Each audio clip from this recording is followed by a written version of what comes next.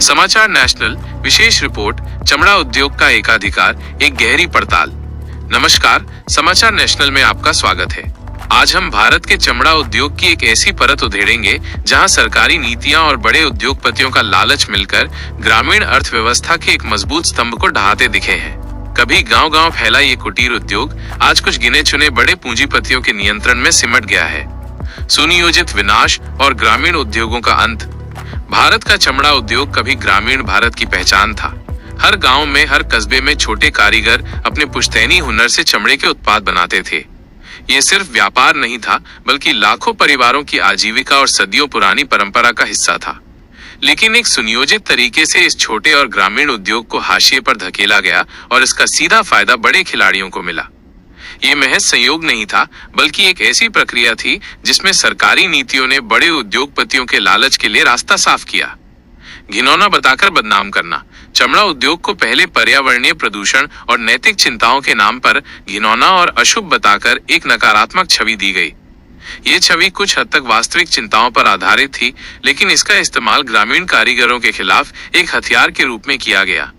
असंभव नियम और लाइसेंस राज। सरकार ने पर्यावरण संरक्षण के नाम पर चमड़ा शोधन, टैनिंग के लिए बेहद कड़े और महंगे नियम थोप दिए।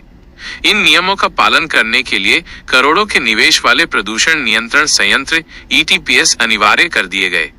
छोटे और ग्रामीण कारीगर जिनके पास पूंजी का अभाव था, इन नियमों का पालन नहीं कर सके। उन्हें अपनी इकाइयां बंद करनी पड़ी, या तो वे पलायन को मजबूर हुए या फिर अपनी आजीविका खो बैठे। ये एक ऐसा जाल था जिसमें छोटे उद्योग फंस गए, जबकि बड़े उद्योगपतियों ने इन्हीं नियमों को अपने लिए प्रवेश बाधा बना लिया। बड़े उद्योगों को छूट और सुविधा।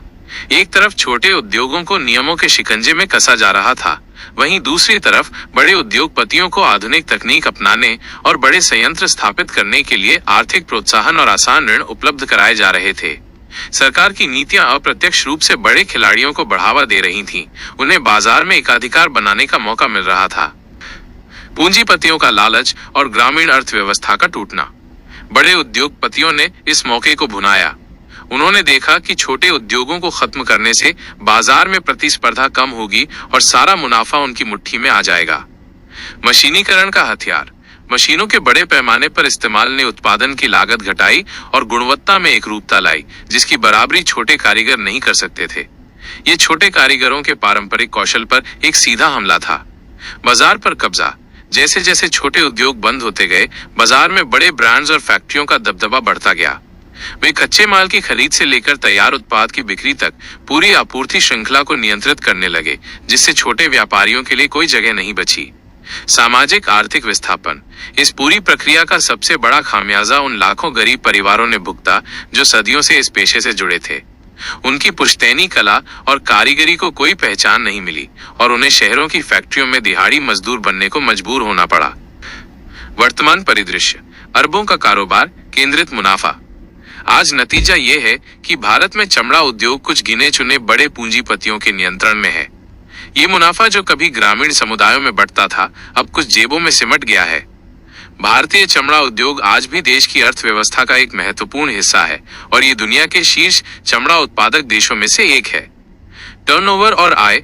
मौजूदा अनुमानों के अनुसार भारतीय चमड़ा उद्योग का सालाना टर्नओवर लगभग $10 बिलियन, लगभग 80,000 करोड़ रुपए से अधिक है। इसमें फुटवेयर, चमड़े के परिधान, चमड़े का सामान जैसे बैग, पर्स और सैडलरी व हार्नेस जैसे उत्पाद शामिल हैं।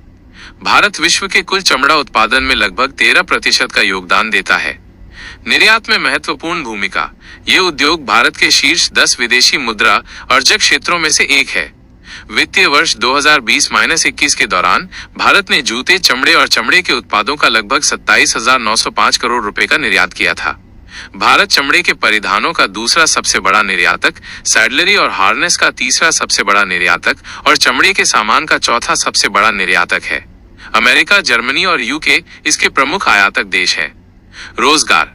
ये उद्योग सीधे तौर पर लगभग 4.4 मिलियन 44 लाख लोगों को रोजगार प्रदान करता है, जिनमें एक बड़ा हिस्सा महिलाओं का है। हालांकि ये ध्यान रखना महत्वपूर्ण है कि ये रोजगार अब मुख्य रूप से बड़े कारखानों और संगठित क्षेत्रों में है, न कि ग्रामीण स्तर के छोटे उद्योगों में। ये दिखाता है कि कैसे विकास के नाम पर बनी नीतियां और पूंजीपतियों का लालच मिलकर ग्रामीण उद्योगों का गला घोंट सकते हैं और एक मजबूत आर्थिक आधार को कमजोर कर सकते हैं। आज उद्योग भले ही संख्यात्मक रूप से बड़ा दिख रहा हो, लेकिन उसका चरित्र पूरी तरह बदल चुका है और इसका लाभ कुछ ही लोगों तक सिमट गया है। समाचार नेशनल के लिए रिपोर्ट। समाचार नेशनल से जुड़े रहें और हमें लाइक शेयर करना न भूलें। अपनी राय कमेंट में जरूर दें। जय हिंद, धन्यवाद। हमारे चैनल से जुड़े रहने के लिए बेल आइकॉन दबाना न भूलें।